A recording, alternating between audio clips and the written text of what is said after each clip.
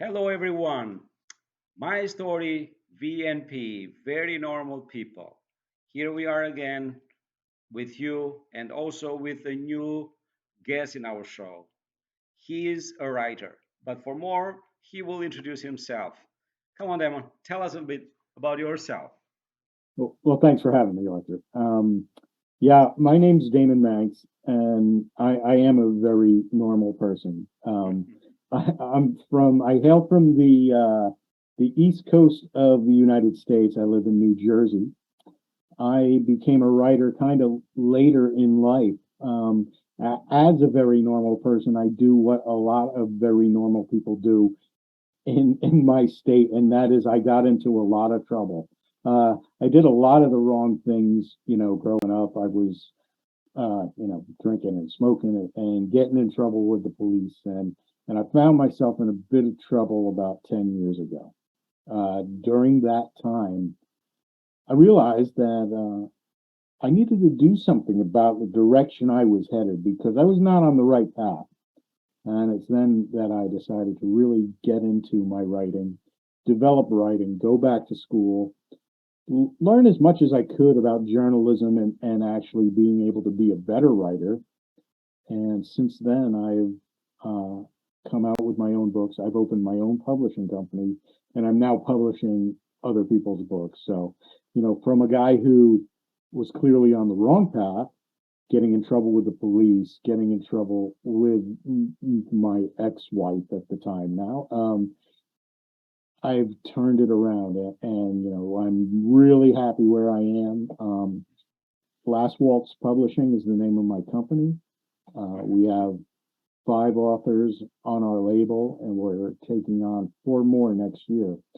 We just came out with a new book, just for this Halloween season here in New Jersey and around the world. But we do it big here on the East Coast of the U.S. So thanks for having me. Hmm. Oh, thanks for coming. So, before we go to talk about the book, can you please tell tell us a little bit? So, we say always in life that every bad thing has a good thing and every good thing has a bad thing. So you already told us about 10 years ago you had not a good life, okay? So in all that bad things that you had, something good came out of that. If you can find something good of that, in that Well, no, I mean a lot came out good, and I'll be totally honest with you. I even before 10 years, like 10 years ago, I found myself in a prison cell. All right. So I was clearly going the wrong way. Prior to that, I struggled with addiction. Um, I had trouble with addiction. I had trouble with crime. I had trouble in just about every way you could imagine. And there was no way I was going to fix myself by myself. Um, I needed I needed somebody to step in and say, "Oh, you know what? We're going to put you over here for now." Mhm. So I found myself in a jail cell, and while you might say, "Wow, that's really bad," yeah, it was uncomfortable, but it was what I needed, and it actually was a good thing because it got me to think clearly. It got me separated from the ability to put myself in harm's way and the ability for me to do those wrong things. So, it saved my life by me being taken out of society and put in this uncomfortable situation. And not only did it save my life, it gave me a new life, a second chance where, I was now, family was important to me again. Um, Education was important to me again. Doing something that I could be proud of was important to me once again. So there was so much good that came out of that very bad situation. And there is, you can't have good without bad. You can't have bad without good. It's hand in hand, you know. It's there's so much, you know, and I wouldn't be, I probably wouldn't be alive if that didn't happen, and I certainly wouldn't be the owner of a publishing company or the author of a book if any of that happened. So, you know, I thank the Lord that things worked out the way they did, because it could have been not a happy ending had it not gone the way it did. Yeah, I see. yeah. And, I just wanted to say something else before we go there. So, to for somebody to save, look, personally, I try to feed homeless people here in Athens, and we do that with our team 3 times per week. And we meet also, you know, on the street you find people which are alcoholic, drug addicts, you know, all these things. But it's not easy to. I've seen at least that it's not easy for people to leave these addictions that they have and to have to get recovered. Let's say, no, uh, where did you find the power to how say to move from that? You know, Are you a person of a strong will, let's say, that you say yes and you go, or you at the had time, I also mean, any push? at the time, I was the man with the weakest will. I could not do a thing to stop. You know, I desperately did not want to be doing what I was doing, but it was not in my ability to stop. I couldn't say no, no matter how much I knew it was killing me. And finally, I was thrown into that jail cell and faced with a life altering scenario, like the major wake up call, like you're never going to see your family again. You're never going to get out of here. Uh, this is your life. You know, it had to be really traumatic. You know, the consequences had to be the absolute worst to wake me up, and it did. And I think, you know, fortunately, you know, what happens is too, like when you're taken out of society, whether you're put in a institution or you're put in a jail cell or you're put in a hospital, all right, now you have a moment of the drugs are no longer in your body, and hopefully you get that moment where you can think straight. You know, it doesn't come right away. It takes a very long time. It did for me. And after a while, I started thinking straight, and I realized I needed help. So I reached out to people who were already had done it. You know, people in the AA program and in the NA program, and you know, alcohol people in Alcoholics Anonymous know what they're doing and generally know how to help somebody who's in that desperate state. So, you know, as much as I wanted to maybe change it, I wasn't strong willed. But once I started doing what I needed to do to get on the right track, um, that's where the will kicked in. And as I started putting, okay, now I've got 30 days that I haven't had anything in my body, or I've got 60 days, each anniversary of that is gives you strength. It gave me strength on Halloween of this year of 10 years in recovery. So that's and that gives me strength to keep going another day and another day. So yeah, that's my story. That's great. Okay, okay. No further ado. So we go for the book now. So first of all, how did it go through your mind that you're going to write something or write a book? How did it happen to you? You know, I when I was younger, like I wrote little things here. I'd write a song, I'd write a Okay. little story or whatever. And you know, so I always wanted to. And then when I was in jail, they offered. classes for the guys, who wanted to go. One of them was an English composition class, which I really enjoyed. I enjoyed reading and I enjoyed the writing. And I'm like, oh, I don't know. One day I just sat down and I just started writing. And it's funny because this, 10-ish, 9 or 10 years ago, when I wrote like the first story that I was really proud of. And it was a ghost story, and it was about uh, an old house where two children are living, and you never really see the parents, or you don't know what's going on, but strange things are happening in this house all the time. And that story, like, I started writing more of it, and I started writing more. And that story that I wrote 9 years ago has been kicking around, and I've been fixing it ever since. And it just came out in a book I just published on October 8th in an anthology. So it's really, it's kind of crazy that you and I are talking about all this, and that's actually the story that I'm going to be promoting today. So yeah, I yeah. see. So my first story actually ended up being one that I was kind of proud of. It needed a lot of work, and recently I fixed it and I sent it to the editor, Mm, and it just came out in our anthology. I put this together. I don't know if this is going to work here. mm. Oh, yeah, that's okay. I'm gone. Okay, Uh, so that's called These Lingering Shadows. mhm. Um, let's Yeah. see. Okay. Oh wait, they're gone. So if you put it a bit back in the back in the a little bit more, a little bit more, a little bit more.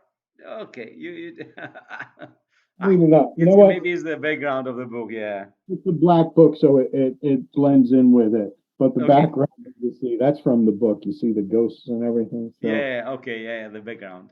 Okay. I so see. it's called These Lingering Shadows, and it's got 15 horror authors that I collected from my friends on social media, different authors in the Horror Writers Association who I've met, and I said I want gothic stories. I want stories like Frankenstein and Dracula and haunted houses and witches, and I want a collection for the Halloween season, Mm, and I centered it around the story I wrote. And the story I wrote is called Devlin's Manse, and it's a real treat to be able to put this out, and it came out on Amazon on October 8th, mm. and the first day it became a number one new release, and Mm. so we're plugging away. And if your readers are into something a little scary and creepy this Mhm. uh, this season, please support us. Please go to Amazon and check out These Lingering Shadows. Mm. For sure, yeah, we'll do that. Excellent. I'll write everything for the book, so the link where they can find it. Eh, so, was it, let's say, when you start writing about this, did I say why you didn't write, let's say, a non-fiction book, but you wrote something? Well, I don't just write Mhm. the horror. I actually do write nonfiction too. Okay. Um, I write various memoirs about Hmm. stories that my life, because actually my life is, there's a lot to write about. um, I've been published in a couple magazines in the UK for Hmm. some of my nonfiction, and one of the stories I wrote was about the time that I was in a car accident with President Ronald Reagan, and I crashed into his limousine, and it turns out to be quite a funny story. No one was hurt other than maybe my pride a little bit, and I got to see Ronald Reagan and Nancy Reagan go off into their hotel room. I was on a TV one time and was on a game show, Wheel of Fortune, and I've written a memoir about that. And then I also write memoirs about some of the more tragic things I've been through. So um, I don't just stick to one genre. I like to be funny from time to time too. So Okay. yeah. So, did you? What was the first feeling that you, let's say, when you published the book, and the book was on Amazon, and it's starting, let's say, starting to sell. So, what was the first thing that you you felt, you know, after, let's say, because as I see it was like for you, it was from the dark to, let's say, to the light for you, right? And you're not just in the light now, you're enjoying it. You are in the spotlight, let's say. But yeah, so if you get a certain number of sales or you get enough sales, there's this little orange banner that will go on your book on Amazon and number one new release, which is okay. That's like walking around with a unicorn. That's like you want that. uh, so I there's 14 other authors who are involved in this who I put together, and I'm checking the book and I see that it's selling, and I'm like, okay, this is really good. And then I keep clicking back and refreshing the page on the Amazon, and up pops that little orange banner that said number one release in American horror, and my jaw dropped. I'm like, wait, Well, did I so I took a screenshot of it. I'm like, oh, this is saved. This is nobody took it away. And I immediately shared it with all 14 of my other authors. I'm like, look, we've got the orange banner. So, and they were really thrilled about that too. So that was just like, proud, happy, fulfilled, hey, something I worked so hard for starting to pay off, a little bit. mm, I mean, nobody's going to get rich being an independent author, but yeah. Mhm, those are the rewards. When somebody says, "Hey, I read your book, I really loved it," mhm. or a little orange banner, yeah, those that'll do it. That'll make that makes me happy. Yeah. Yeah. It's another story to tell to yourself in one sense, right? Yes, yeah, absolutely. It's more so for the Yeah. self satisfaction. Yeah, it is. And yeah, after you have done all the work, and it's like you yeah, you get paid off for that. It's like, okay, I did it, and so now that's the reward, let's say. Yeah. Yeah, Because absolutely. many people work, but they don't get their reward, most of the time. I, I'm I think it's also, how big of a reward are you holding out for? I'll take the small ones, couple small rewards, that's enough. I don't need the big Yes. payout. I'll go with the little ones. Yeah. Mm. This brings in my mind that don't, how we say that? We say, don't judge somebody where he is now, but judge him from where he started. So for you, it's huge. I think it's really huge. And Yeah, I like that. That's I'm really I'm good. happy to hear these kind of stories that it worked it out for you, and not just that, but also you have a book, and not just not Yeah, just your save yourself. You have a book, and so you are a writer. So, do you have any look? Now this is the first one, so you already got, let's say, what you have now. Do you have in your mind to write something about your life, the story of your life, or maybe not completely, but parts from your life that you have experienced yourself firsthand? that's funny that you mentioned that. Yes, actually, today, now there's a little platform on here. It's online. If you went to it, it's called godless.com. Um, and they sell ebooks. They sell, EPUBs or PDF versions, and I'll put out a short story on there.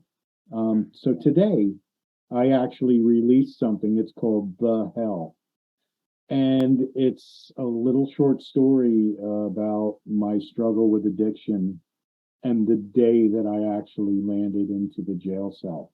um, about what's going through my mind about my journey to that point, and it's a real life horror. And so it's actually, this that was the first time for me writing something and putting it out, that's that close to me. And it's also the first time that the Godless platform has actually released anything nonfiction. And that it just came out today. Um, it's called The Hell by Daemon Manx, and it's book one of my story. Um, I'm also working on a trying to come up with a proposal to present my story to a larger publishing company. And I'm working with somebody on that. I'm working with a couple people on that. So I would love to tell my story in whole. And I think when the time is right and all the the ducks fall in a row, is that how we say it? When that happens, then the story will get written and we'll tell it. I know what it's about. It's just a matter of getting it and doing it right. So it's something that I need to do. It's something I want to do. Okay. Sorry. So, if you will have a message to say to the audience that we have, what will be that? I have several messages, but if I could really, I'd say it's never too late. And it's never too late to chase your dream. It's never too late to change your life and get yourself in the direction that you need to.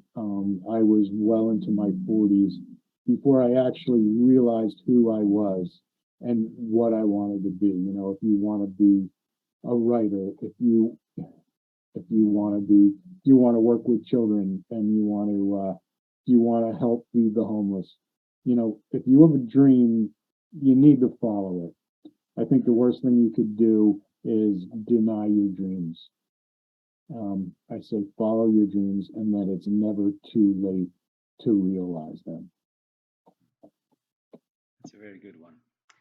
So, this is just the first time that we invited you in our show, and you will be more than welcome another time. Not just to wait for you for the second book, but also to have you in our show. It'll be great to hear more stories about your life, your experience, and whatever you have to tell us. But till that time, so we are very grateful for coming and sharing what you shared with us, and thank you for the book. Thank So you for we really having do me. appreciate that. I really, I enjoyed our time together, and I appreciate it. I'd love to come talk to you again. Okay.